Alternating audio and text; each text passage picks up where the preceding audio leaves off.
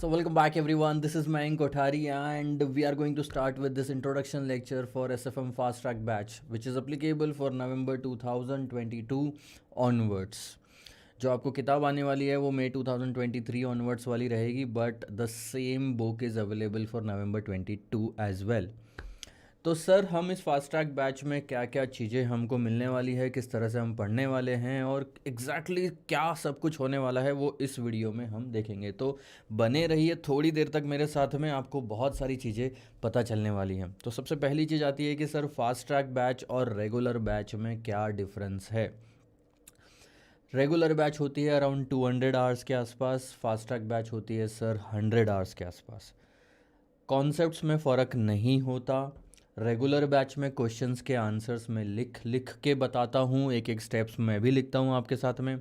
But fast track batch में हम already जो प्रिंटेड आंसर्स होते हैं उसको डिस्कस करते हैं और उसी किताब में बहुत सारा लिखते हैं. जहाँ जहाँ पे नोटिंग करनी है, अंडरलाइन करनी है, कुछ एक्स्ट्रा नोट्स लिखने हैं, जहाँ की यानी कि कहीं क्वेश्चन में मिस्टेक जो आप कर सकते हो वो सब हम उसमें लिखेंगे कि जब भी आप रिवीजन करो तो आपको वो सब चीज़ें याद रहें.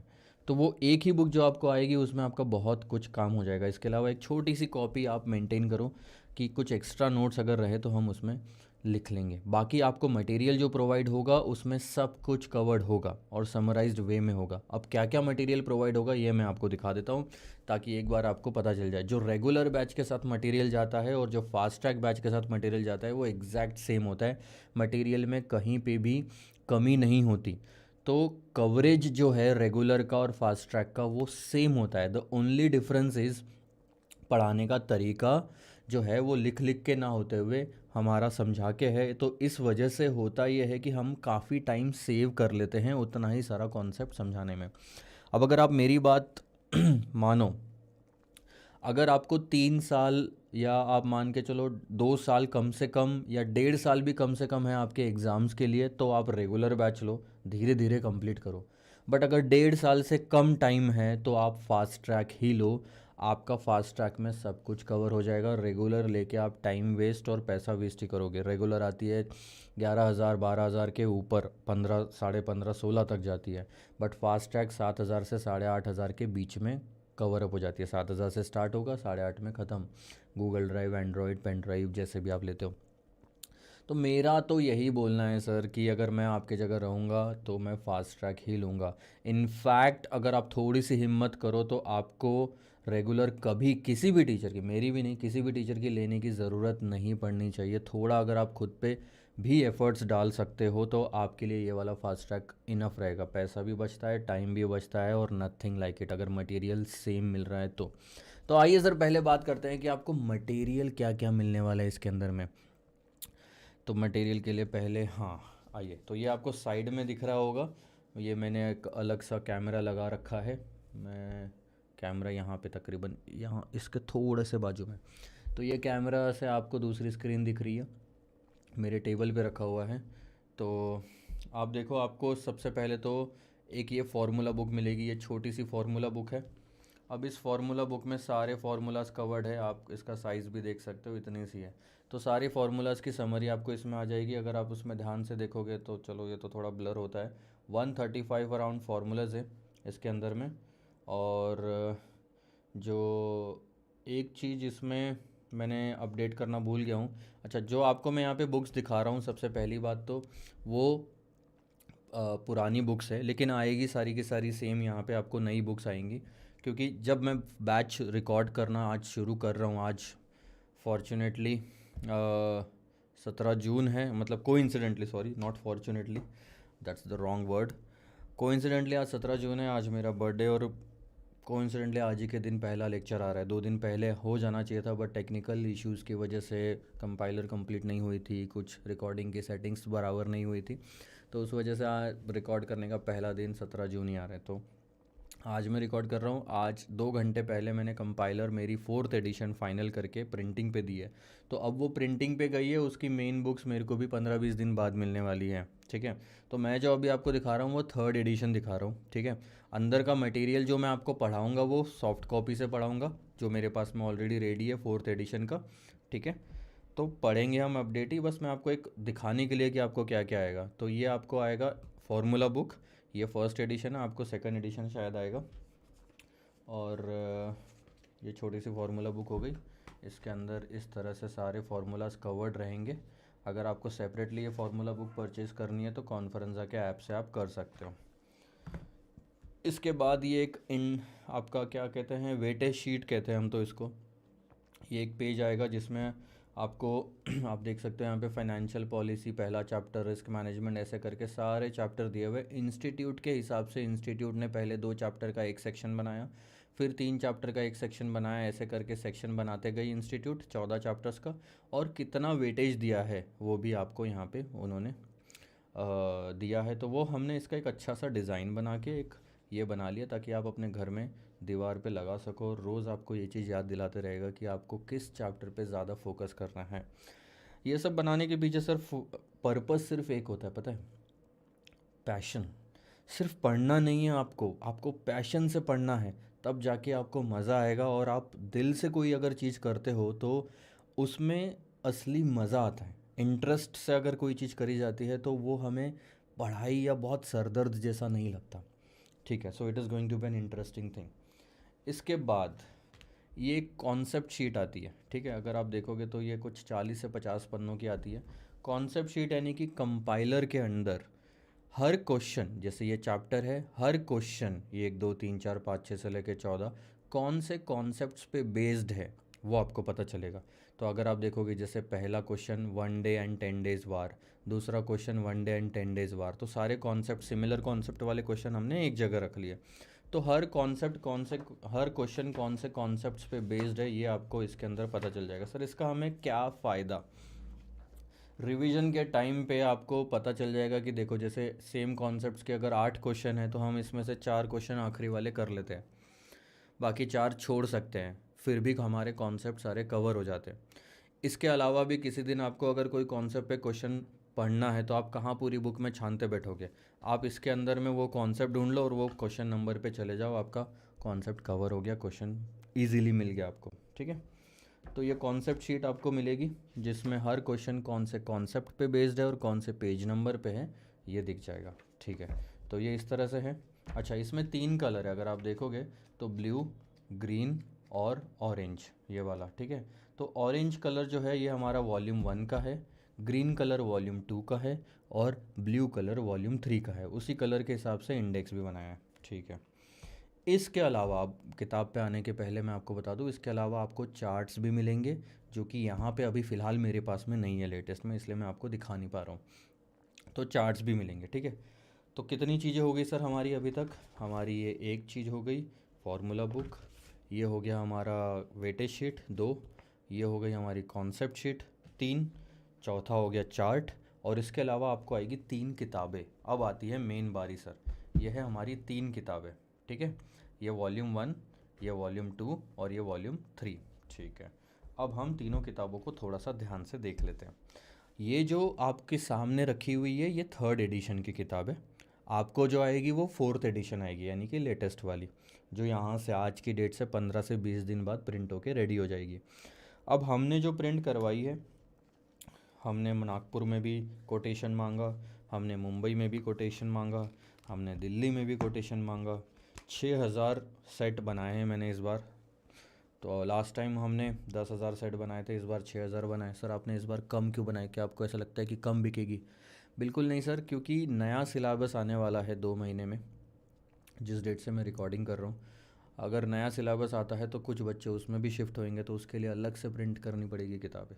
सो फॉर द टाइमिंग मैंने इसकी 6000 कॉपीज़ प्रिंट कराई है। नागपुर से प्रिंट होके पूरा दिल्ली जाएगी, दिल्ली वाले ऑफिस में कॉन्फ्रेंस आके सारा का सारा 6000 इंटू 3 18,000 किताबें, टोटल 18 से 20 टन का माल ट्रक में, पूरा ट्रक बुक करके हम भेजेंगे दिल्ली। दिल्ली से आपका सारा डिस्पैच होगा। दिल्ली से इसलिए होगा क्योंकि दिल्ली से पूरे इंडिया की कनेक्टिविटी बहुत आसान है और जल्दी किताबें आपको हाथ में मिलती हैं। ठीक है, अब आते हैं सर इस पर। सो ध्यान देंगे सर, यहाँ पे May 22 लिखा है, आपको जो आएगी वो May 23 ऑनवर्ड्स वाली आएगी। इसके अलावा ये जो क्वेश्चंस वगैरह है ये सारा मैंने अपडेट कर दिया, तो मैं आईपैड में बताऊंगा आपको थोड़ी देर में कि कितना कुछ कवरेज है। बाकी यहाँ से मैं आपको बस बुक का एक अंदाज़ा दे देता हूँ। पेज खोलोगे तो आपको यहाँ पे पूरा चैप्टर के नाम दिखेंगे, कितने क्वेश्चंस कवर्ड है उसके अंदर, कितने पेज, कौन से पेज से चालू हो रहा है। इसके बाद में अगर आप देखोगे तो यहाँ पे आपको हर चैप्टर कितने मार्क्स का पूछा गया, मतलब हर चैप्टर पे कितने मार्क्स के क्वेश्चन कौन से अटेम्प्ट में पूछे गए आपको यहाँ पे पता चल जाएगा। So this is going to give you a basic idea of how the institute is asking you the question. मेरा तो आपसे रिक्वेस्ट यही रहेगा कि इस चीज़ को बहुत ज़्यादा इंपॉर्टेंस दे, बट आप अगर इसको ओवरव्यू में देखोगे तो हर चैप्टर में से क्वेश्चन आते हैं, हर चैप्टर में से। तो कहीं पे भी एक चीज़ दिमाग में लेके मत चलना कि सर ये 2-3 चैप्टर में छोड़ देता हूँ, ये बहुत ही बुरा तरीका होता है पढ़ने का। ये हम 10वीं 10th में 12th में या फिर बीकॉम वगैरह या फिर ऐसे जगह पे एग्ज़ाम देते हैं तो करते थे, मतलब मैं तो करता था। बट सीए के एग्ज़ाम में तो एटलीस्ट एसएफएम में तो मेरे को नहीं लग रहा है। हाँ, सीए में भी कुछ कुछ सब्जेक्ट्स में मैंने ऐसा करा है कि कुछ कुछ चैप्टर्स छोड़े थे, काम करा था, लेकिन कुछ कुछ सब्जेक्ट्स में मेरे को बहुत महंगा पड़ा था वो चीज़। ठीक है, चलो तो अब ये हो गया। इसके बाद में यहाँ से ऐसा पेज चालू होता है। तो देखो ये क्वेश्चन नंबर 1 है, ये क्वेश्चन है उसका आंसर है, फिर क्वेश्चन नंबर 2 ये क्वेश्चन, ये उसका आंसर, और इस तरह से पूरी कहानी चलते जाएगी। ठीक है सर, ये आपके क्वेश्चंस। तो वॉल्यूम 1 जो आएगा आपको वो पूरा क्वेश्चन आंसर बेस्ड रहेगा, यानी कि प्रैक्टिकल क्वेश्चंस इसके अंदर रहेंगे, थ्योरी बिल्कुल भी नहीं रहेगी। और वॉल्यूम 1 पहले 7 चैप्टर्स के लिए, हमने टोटल चैप्टर्स जो 14 चैप्टर है उसको 7 और 7 में बांट दिया। तो वॉल्यूम 1 जो आएगा वो पहले 7 चैप्टर के लिए आएगा। अच्छा, इसको साइड में रखते हैं, वॉल्यूम 2 का देखते हैं। वॉल्यूम 2 8 से लेके 14 चैप्टर तक है। ठीक है, इसमें भी क्वेश्चन आंसर्स पे ही है, यानी कि पहली की जो 2 वॉल्यूम आ रही है आपकी, ये और ये, अब ये ग्रीन स्क्रीन की वजह से थोड़ा सा ऐसा दिखेगा, बाकी मैं यहाँ पे दिखाता हूँ। तो ये 2 किताबें जो आपको आएगी ये पूरा प्रैक्टिकल क्वेश्चंस पे हैं, जो प्रैक्टिकल क्वेश्चन आंसर्स पूछे जाते हैं उस पर। उसके बाद ये जो 3rd वॉल्यूम है ये पूरा थेरी क्वेश्चंस पे है, जो थेरी इंस्टीट्यूट पूछती है एग्ज़ाम में वो। तो इसमें पूरे 14 चैप्टर फिर से 1 से लेके 14 तक आपके सारे चैप्टर्स कवर होते हैं थेरी क्वेश्चंस के। ठीक है, तो इस तरह से ये ज़्यादा मोटी नहीं है, इतनी सी आएगी, इसके आसपास ही है। तो इस तरह से सारा मटेरियल है सर जो आपको आएगा। अब इसके बाद अब मैं थोड़ा आपको आईपैड पे लेके चलता हूँ। आ जाओ।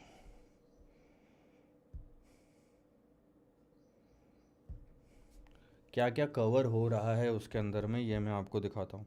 तो आप देख रहे हो यहाँ पे 1st वॉल्यूम, 2nd वॉल्यूम और 3rd वॉल्यूम। ठीक है, अब ये 3 वॉल्यूम में ये रहा 4th एडिशन। ठीक है, ये रहा। अब सॉफ्ट कॉपी में तो मेरे पास तुरंत अवेलेबल हो गई, हार्ड कॉपी में अवेलेबल होने की है। तो 33 पास्ट एग्ज़ाम पेपर्स इंक्लूडेड है मई 2008 से लेके मई 2022 तक। मई 2022 जो है आपका, इसका जो क्वेश्चन पेपर है इसका सजेस्टेड अभी इंस्टीट्यूट का आने का है, इसलिए उसके आंसर्स नहीं है, बट क्वेश्चंस हमने कवर कर लिए, तो वो भी आपको मिल जाएगा। इसके बाद 28 रिवीजन टेस्ट पेपर नवंबर 11 से मई 22 तक, 38 मॉक टेस्ट पेपर फरवरी 14 से लेके मई 22 तक। 2022 का ICI स्टडी मटेरियल कवर्ड है। ओल्ड सिलेबस का जो प्रैक्टिस मैनुअल था उसमें भी काफ़ी सारे क्वेश्चंस थे जो कि न्यू सिलेबस के में अप्लीकेबल है, वो भी कवर्ड है। टोटल मिला के 637 प्रैक्टिकल क्वेश्चंस है, 309 थेरी क्वेश्चंस है। अब थोड़ा सा मैं आपको बता दूं, यहाँ पे एक दिक्कत आएगी, बच्चे थोड़े से जो पुराने वाले बच्चे हैं मेरे वो बोलेंगे कि सर कुछ तो गड़बड़ लग रही है यहाँ पे। अब गड़बड़ क्या है ये मैं आपको बता देता हूँ। गड़बड़ में थोड़ा सा ध्यान देना, मैं इसको जूम कर लेता हूँ। अगर जूम करने के बाद थोड़ा सेटिंग सुधार लेते हैं, 2 सेकंड दो।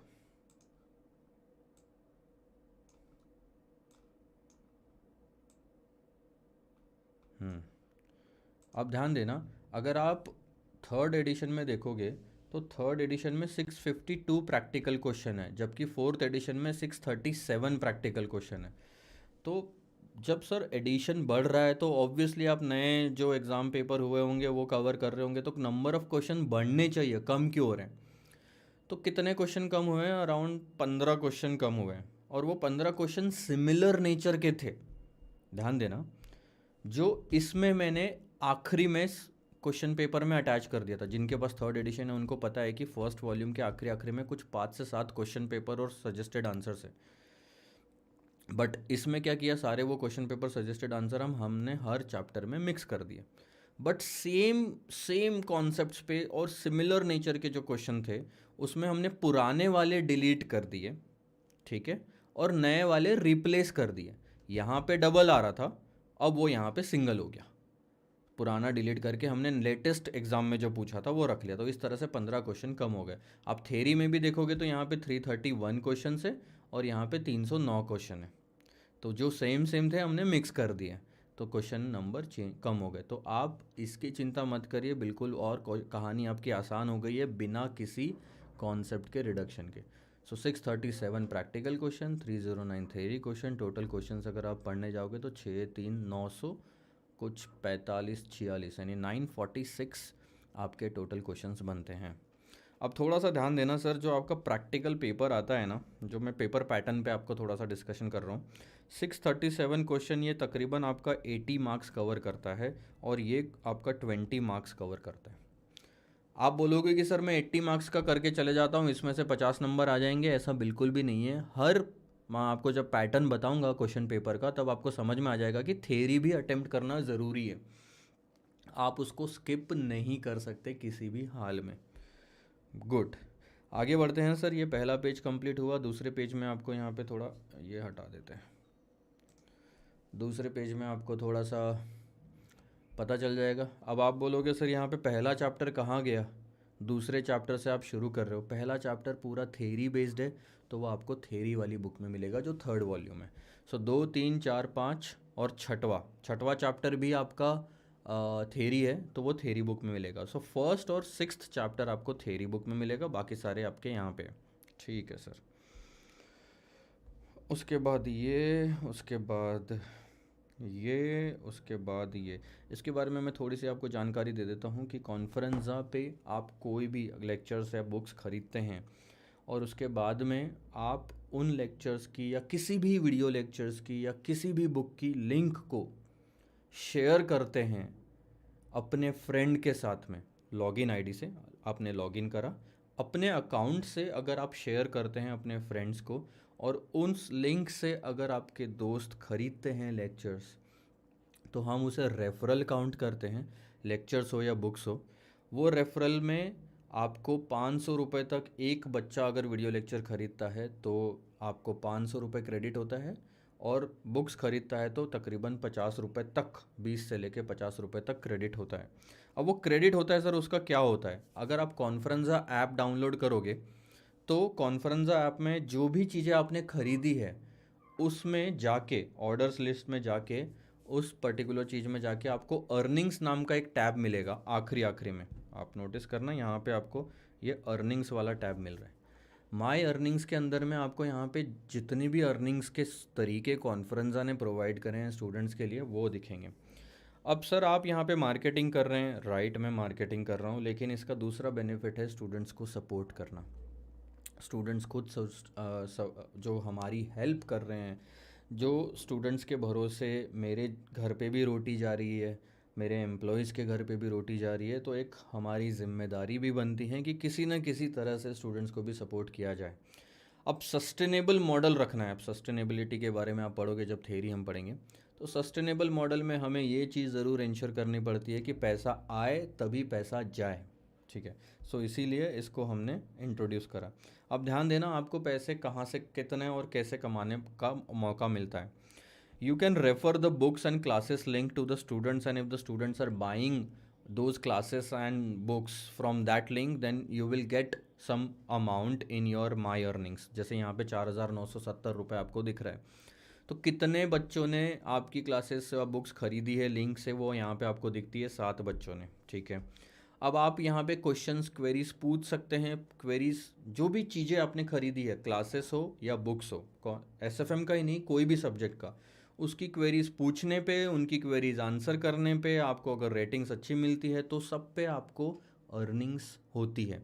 ऑटोमेटिकली ये सारा सिस्टम काम करता है, तो आपकी अर्निंग्स बढ़ती जाती है। हाँ, कुछ निगेटिव्स भी है कि अगर कुछ आपने गलत आंसर कर दिया तो अनसेटिस्फाइड रेटिंग आएगी, उसमें आपके अर्निंग्स माइनस भी होती है।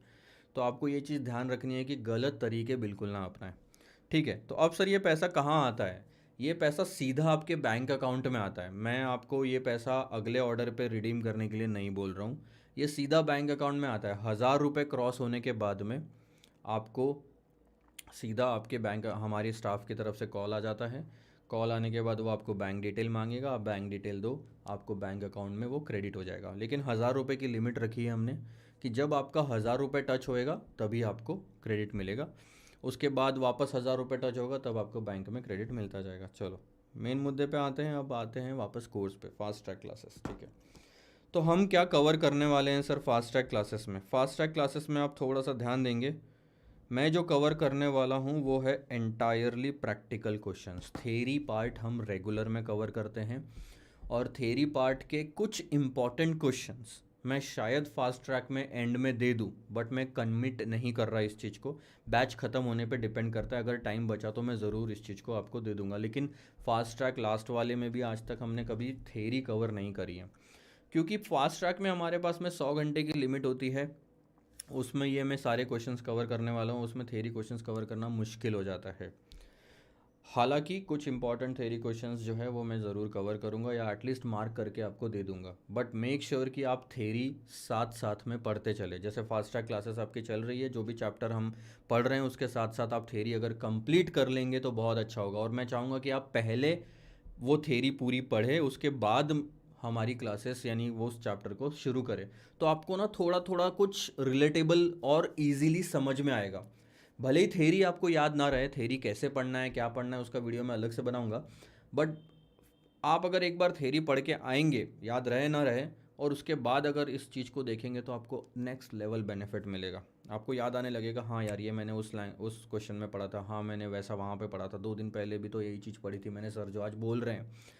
तो ये सब चीज़ें याद आने से आपको प्रैक्टिकल क्वेश्चंस आसानी से सॉल्व होने लगेंगे। ठीक है, अब आते हैं सर ऑलमोस्ट आखिरी बात पे कि प्रैक्टिकल क्वेश्चन सर 637 यानी 637 प्रैक्टिकल क्वेश्चन आप फास्ट ट्रैक में कवर करोगे। इतने तो रेगुलर में भी करते हो, राइट? हम फास्ट ट्रैक में भी इतने कवर करेंगे, लेकिन सिमिलर कॉन्सेप्ट्स पे अगर मेरे को लगा कि यार इसमें अब कुछ नया सीखने वाला नहीं है, एक क्वेश्चन मैंने कराया, वापस सेम क्वेश्चन आया, कुछ नया सीखने लायक नहीं है, तो वो मैं आपको होमवर्क दे दूंगा।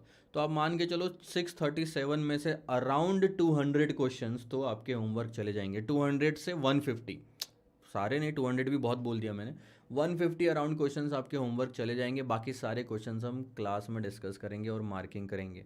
मेक श्योर कि आपको जो 3 कंपाइलर आ रही है उसमें जितना हो सके आप मार्किंग करें, कहीं और ना करें, क्योंकि रिवीजन के टाइम पे 17 बुक लेके बैठना बहुत डिफिकल्ट हो जाता है। ये 3 बुक भी कम बल्कि नहीं है, 3.5 किलो के आसपास वजन जाता है इसका।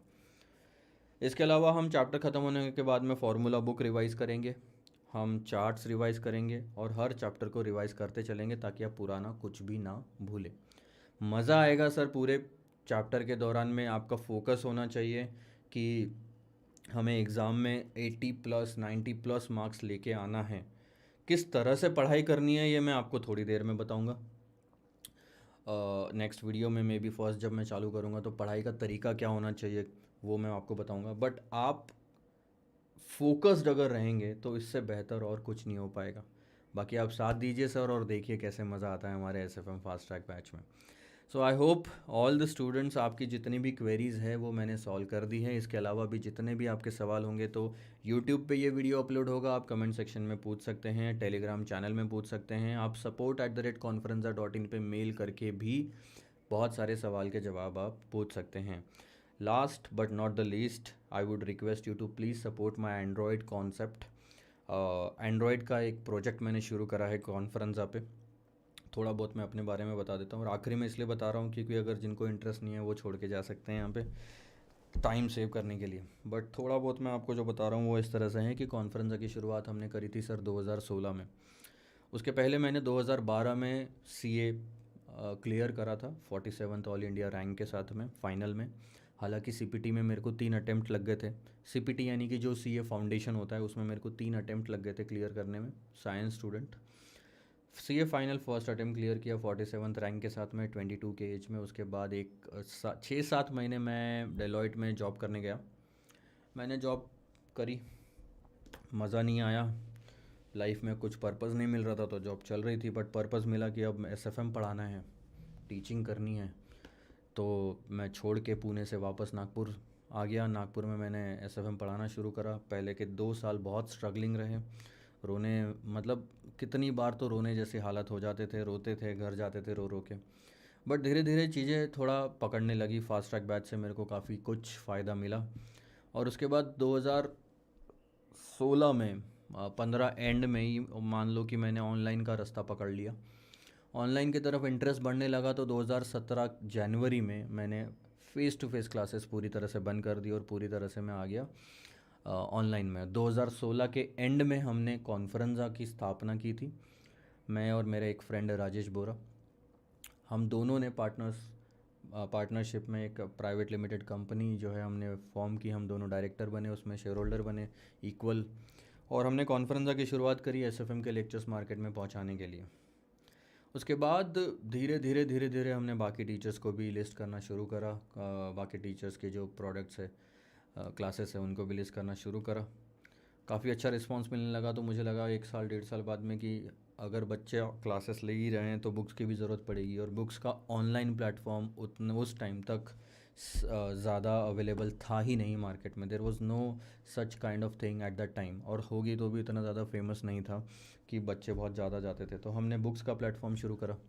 साल भर लग गया लेकिन उसमें भी कोई ढंग का रिस्पॉन्स नहीं मिल रहा था और ऑलमोस्ट लॉस में मैं उसको बंद करने वाला था। लेकिन किस्मत ने साथ दिया और धीरे धीरे चीज़ें पकड़ती गई और बुक्स डिपार्टमेंट भी कॉन्फ्रेंजा पे बहुत अच्छा चलने लगा। तो पहले वीडियो लेक्चर से शुरुआत करी कॉन्फ्रेंजा पे, फिर उसके बाद मैंने बुक्स से शुरुआत करी, और उसके बाद 1 साल बाद में मैंने एंड्रॉयड नाम का प्रोजेक्ट शुरू करा। एंड्रॉयड का प्रोजेक्ट क्या है सर? कॉन्फ्रेंजा का ही जो ऐप है उसके अंदर हमने क्लासेस चलाना शुरू कर दी हमने।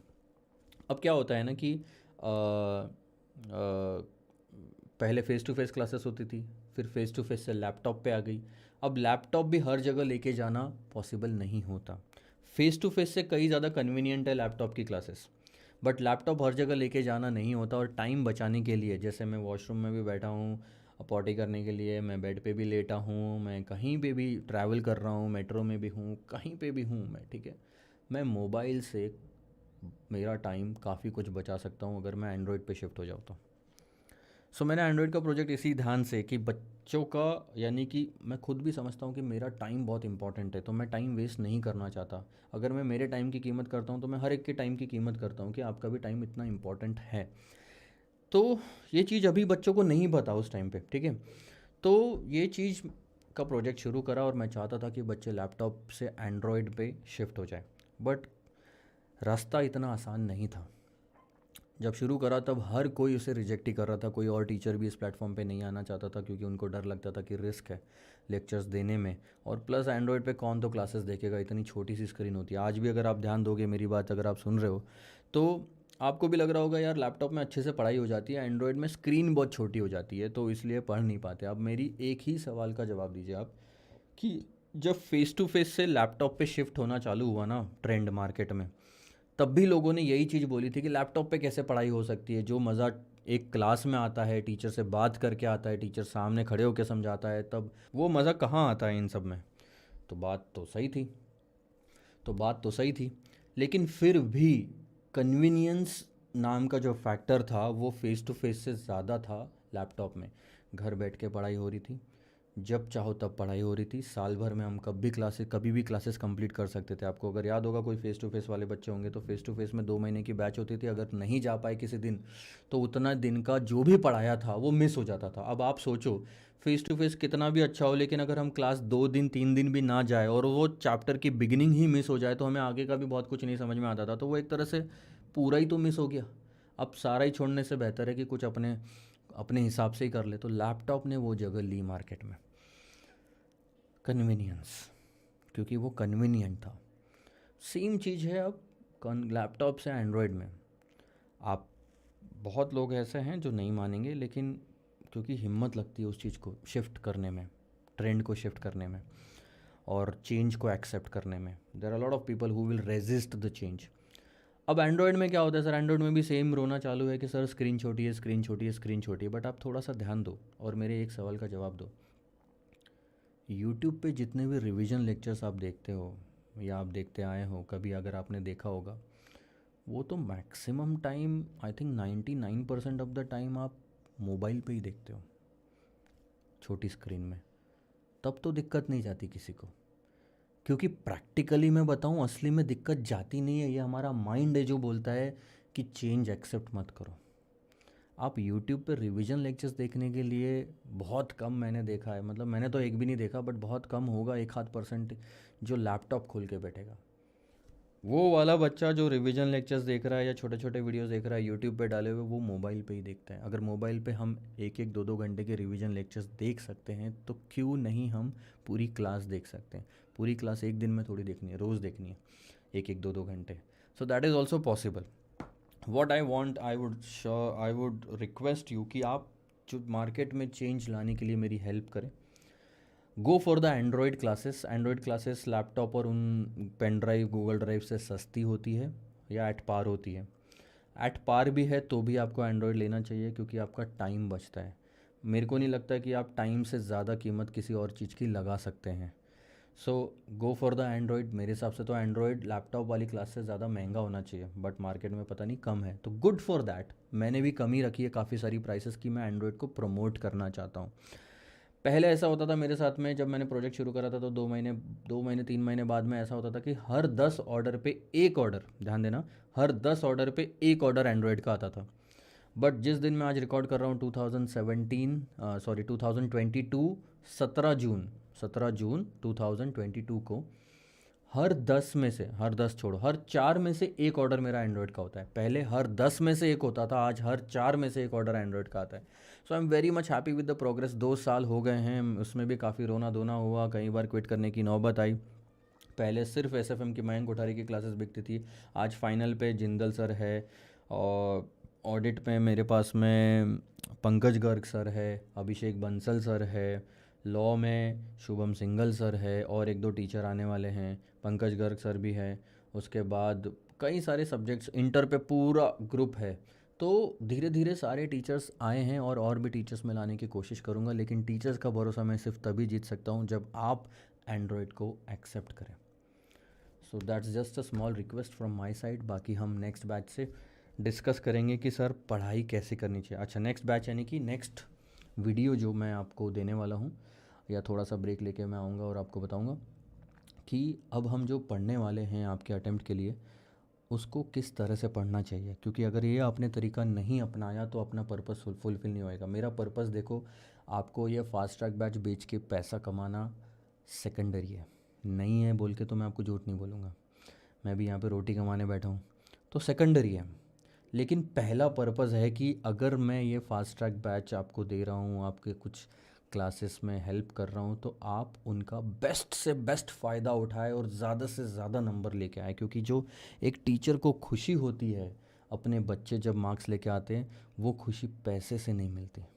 वो खुशी मिलती है जब बच्चा खुश होके, उसके चेहरे पे जब खुशी आती है रिज़ल्ट के दिन, और वो मैसेज करता है कि सर मेरे को 75 मिले, मेरे को 85 मिले, मेरे को 89 मिले। एक बच्चा था जो 97 मार्क्स लाया था, जो हाईएस्ट है मेरा अभी तक का स्कोर, मेरा मतलब बच्चे का, जो मेरा था। तो आई am very much happy with that. मतलब उस दिन के इंतज़ार ज़्यादा होता है। तो मैं बस चाहता हूँ कि वो चीज़ आप अचीव करें, और उस चीज़ को अचीव करने का एक सीक्रेट फार्मूला है कि what should be the strategy, what should be the approach towards study. तो किस तरह से पढ़ना है फास्ट ट्रैक बैच को और इन कंपाइलर को भी, ये मैं आपको बताऊंगा थोड़ी देर बाद में। बट बाकी सब चीज़ें मैं बता चुका हूँ, और अगले लेक्चर से हम कौन सा अपना पूरे फर्स्ट चैप्टर से लेके, यानी कि जो सेकंड चैप्टर है, प्रैक्टिकल चालू करेंगे। बट प्लीज़ मेक श्योर कि आप ध्यान दें इस चीज़ को कि पढ़ना कैसे हैं। अपनी आदतें अगर हम सुधार लेंगे तो उससे बेहतर और कुछ नहीं हो सकता सर। चलो आते हैं approach towards the fast track batch. ठीक है, करते हैं बात अब अप्रोच की। एक कॉपी ले लेना अपने पास में, और एक पेन ले लेना, तो लिख लोगे तो बेहतर रहेगा। अभी कितनी चीज़ें आप सुनोगे ना। और कॉपी पेन के अलावा मैं तो बोलता हूँ आप ये बुक ले लो, बुक के अंदर ही लिख लो, कोई पहला दूसरा आखिरी पेज कुछ खाली मिल जाए तो इसी में लिख लो, इससे बेहतर और कुछ नहीं है। नया कॉपी मत क्रिएट करो, ठीक है। तो मेरे पास एक किताब है, चलो मैं किताब में नहीं लिख रहा क्योंकि ये किताब फिर मैं बेच नहीं पाऊँगा, बच्चा बोलेगा किसी के यूज़ की हुई है। रेगुलर बैच में तो अभी भी यही एडिशन जा रहा है ना। चलो तो मैं अपनी बुक में भी लिख लेता हूँ, ठीक है सर। और इसको थोड़ा सा हम आगे सरका लेते हैं, सेटिंग करनी पड़ेगी ना। द गुड पार्ट इज़ इस बार मैं आपको कैलकुलेटर भी, जो भी कैलकुलेशन होंगे वो भी सारा दिखाऊंगा। So you will get a good idea about it. ठीक है, आ जाओ। तो सर पहली चीज़ ध्यान देना, सबसे पहले तो आप उस चैप्टर की थ्योरी पढ़ लो। ये थोड़ा सा हिल रहा है, अभी नेक्स्ट वीडियो में मैं क्या करूँगा ना, ये जहाँ पे स्टैंड लगा है वो हटा के मैं दूसरी जगह लगा दूंगा ताकि हिलना बंद हो जाएगा, राइट। तो प्लस इस वीडियो में आप थोड़ा सा बस बेयर कर ले मेरे साथ। चैप्टर की थ्योरी आपको रीड करनी है, कोई भी चैप्टर शुरू हो रहा है उसके पहले बस रीड करके छोड़ दो। खुद से ज़्यादा उम्मीद मत लगाओ कि मेरे को सारा का सारा समझ में आना चाहिए। मैं बोल रहा हूँ कि आपकी एक नज़र चली जाए बस, इसको हम बोलते हैं नज़र फेरना। मैं जानबूझ के हिंदी में लिख रहा हूँ, हाँ मेरी हिंदी इतनी अच्छी है नहीं, मतलब तकरीबन 12 साल तो हो गए मेरे को छोड़े हुए। ठीक है, चैप्टर की थ्योरी आप रीड करोगे, उसके बाद में कॉन्सेप्ट के वीडियोस देखोगे, वॉच। फिर जब क्लास शुरू होगी हमारी, पहला मान लो कोई पहला लेक्चर 1 है, उसका कॉन्सेप्ट मैं स्टार्टिंग में आपको समझाऊंगा और वो कॉन्सेप्ट समझाने के बाद हम प्रैक्टिकल क्वेश्चन शुरू करेंगे। तो कॉन्सेप्ट वाला वीडियो आप पूरा समझ लो, नोटिंग वोटिंग जो करना है कर लो। अब उसके बाद में आप करो वीडियो को पॉज। यस सर, थोड़ी मेहनत है। अब सॉल्व क्वेश्चन बाय योरसेल्फ। खुद से कोई भी उम्मीद मत लगाओ, ज़्यादा ज़्यादा एक्सपेक्टेशन नहीं लगाना। आपने एक ब्लैंक पेपर पे वो क्वेश्चन को अपने मन से सॉल्व करके देखना है। आए ना आए, स्टार्टिंग में अटकोगे, बीच में अटकोगे, आखिरी में अटकोगे, या शायद अटकोगे नहीं और गलत आंसर आ जाएगा, चलता। Try and fail. मैं चाहता हूँ कि आप फेल हो। 600 क्वेश्चन कवर करने वाले हैं, 637 क्वेश्चन, आप 637 यानी 637 टाइम्स फेल हो जाओ, ये मैं चाहता हूँ। मैं चाहता हूँ कि आप 1000 बार फेल हो जाओ। मैं चाहता हूँ कि आप घर पे फेल हो जाओ। जितनी बार आप फेल होते जाओगे थोड़ा बुरा लगेगा, खुद की कैपेसिटी पे क्वेश्चन, कैपेबिलिटी पे क्वेश्चन आएगा, बट आगे बढ़ते जाओ हिम्मत रख के। यहाँ पे ये जो फोर्थ स्टेप है ना, यहाँ पे मैं आपको एक्चुअल में देखा जाए तो तोड़ूंगा। यहाँ पे आपको बुरा लग सकता है, मयंक कोठारी के लिए बुरा लग सकता है, खुद के लिए, लेकिन एक ही रिक्वेस्ट है, don't quit at this stage. Quit करा तो फिर ज़िंदगी में कुछ नहीं, मुश्किल है, फिर तो बहुत ही ज़्यादा मुश्किल है। अब इसके बाद में 5वां क्वेश्चन,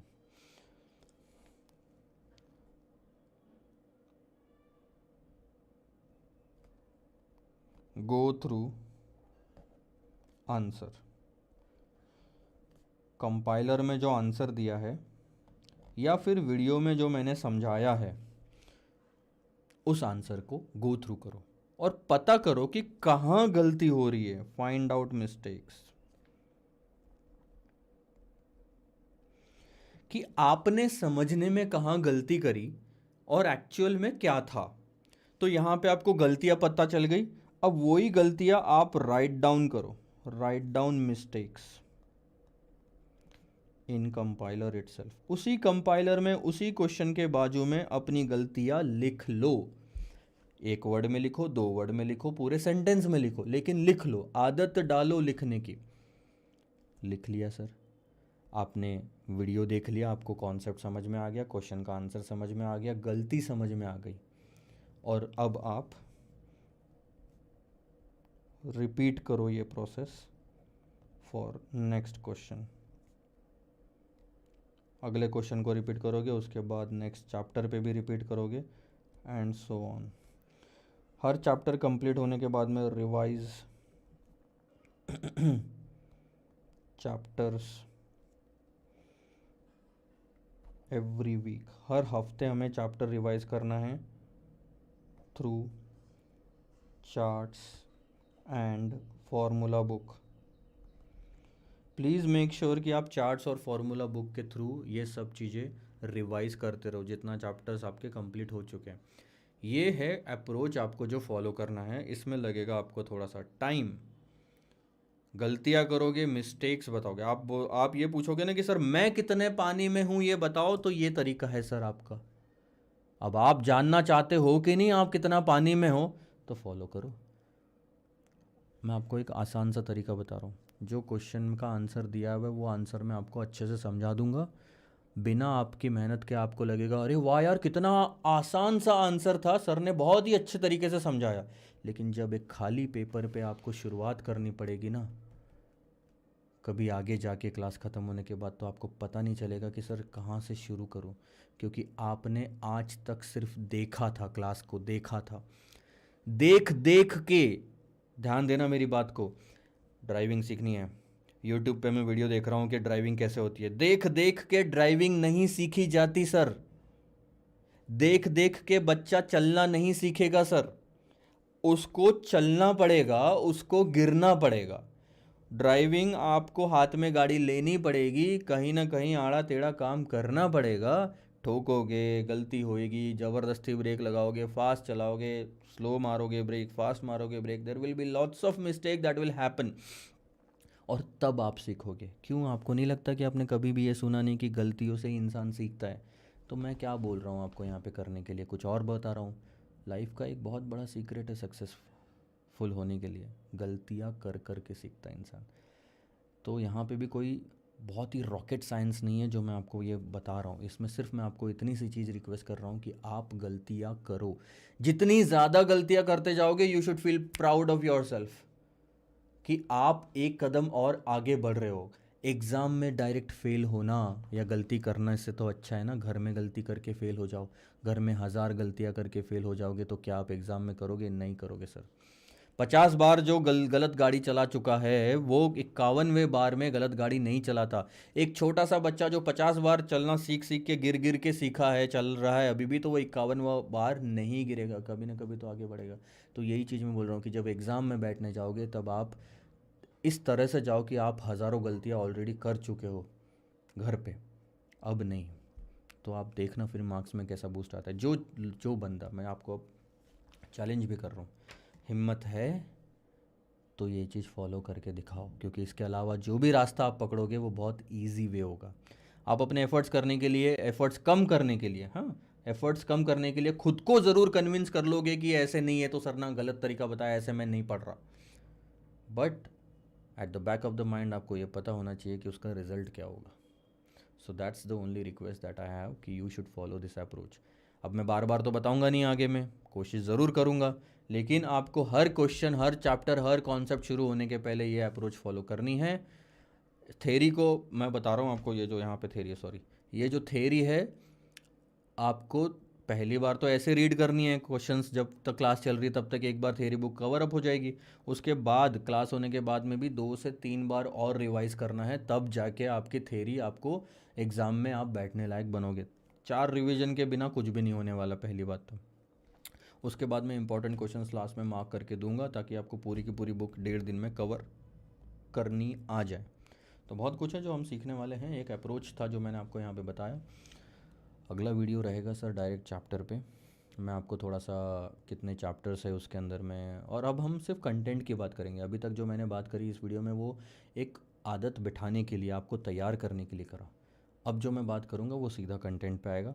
सो हमारे पास ज़्यादा टाइम है नहीं, एग्ज़ाम बहुत नज़दीक आ रही है, तो we should focus on the content. But ये इन चीज़ों को मत भूलो, मैं फिर से रिपीट कर दे रहा हूँ। पहले तो आप चैप्टर की थ्योरी को रीड करोगे, वॉल्यूम 3 से कंप्लीट कर लो। नज़र फेरना बोलते हैं उसको, हाँ, तो याद रखने की कोशिश मत करना कि मेरे को याद रहना चाहिए। उसके बाद कॉन्सेप्ट्स के वीडियोस को देखो, उन कॉन्सेप्ट्स के वीडियोस को देख के समझ के पॉज करो, और फिर क्वेश्चन को खुद सॉल्व करो। क्वेश्चन को खुद सॉल्व किया आपने, खुद सॉल्व करने के बाद में आप गलतियाँ करोगे, फेल हो गए, दैट्स ओके। मैं आपको अभी से बता के चल रहा हूँ कि ये होगा, फेल हो गया आप। फिर आप गो थ्रू द आंसर, जो भी कंपाइलर में आंसर है, जो भी वीडियो में मैंने समझाया है, उस आंसर को गो थ्रू करो और अपनी गलतियों को ढूंढो। गलतियों को ढूंढने के बाद उन गलतियों को कंपाइलर में लिख लो। लिखने के बाद में यही प्रोसेस रिपीट करो अगले क्वेश्चन के लिए, अगले चैप्टर के लिए। और रिपीट करने के बाद में प्लीज़ मेक श्योर कि आप रिवाइज कर रहे हो हर चैप्टर को हर हफ्ते, चार्ट्स और फॉर्मूला बुक के थ्रू। गारंटी के साथ कहता हूँ सर कि अगर आप ये सब फॉलो कर लो तो आपको एग्जाम्शन क्या 80 से 90 मार्क्स लाने के से कोई नहीं रोक सकता। That's all depend that all depends upon now how much dedicated you are, क्योंकि ये सब करना इतना आसान नहीं है। अगर आप में पावर है, डेडिकेशन है, पैशन है कि नहीं ये 6 महीने मैंने बहुत ज़ोर से और तोड़ से पढ़ाई करनी है, सब कुछ डिस्ट्रैक्शन को हटा के, तो ही ये सब आप कर पाओगे। बीच बीच में सक्सेसफुल होने के, अच्छी हैबिट्स के जो तरीके हैं ये मैं बताते रहूँगा।